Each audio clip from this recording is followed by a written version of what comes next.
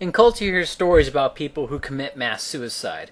Most people do it because they believe in doing it, and the resistors at the margins are forced to do it.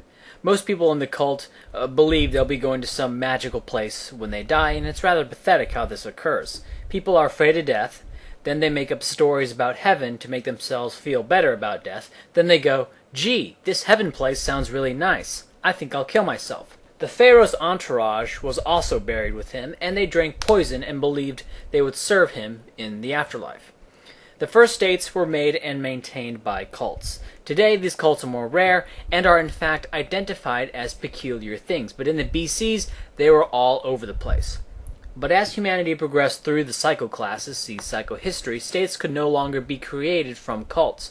That is, once you reached the abandoning psychoclass, states could no longer be imposed on a population that had lived its entire life independent of and without belief in a state. As occurred in the western U.S. territories, which were less violent than the chaotic statist society back east, societies can exist in de facto statelessness, but still view the state as legitimate, and will thus lapse back into statism when the opportunity arrives. States today are maintained by a different sort of belief than those mystic cults of the BCs. For a state to emerge de novo, people must believe in cults, but it is much easier to maintain existing states.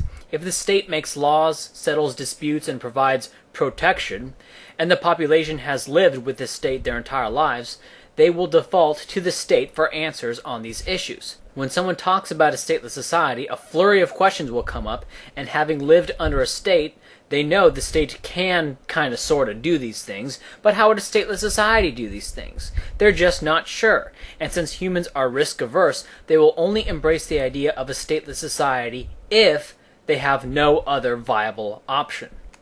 But you can see the elements of the first states, those primitive viruses that are still floating around. They're not nearly as harmful as before, simply because humans have become wise to that nonsense, though a much more toned-down version of religion still exists. Christianity has lost much of its bite and must follow the Bible selectively. These are all just relics of an insane past, and the state is the most odious of such relics.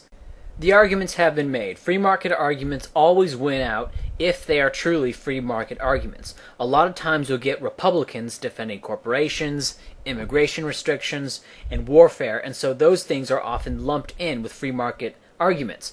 And hopefully, after watching this series, that connection with those relics is broken. Let's simplify this. The state is a denial of emergence. It will only work to the extent that it mimics the emergent order, and so there is no state like no state.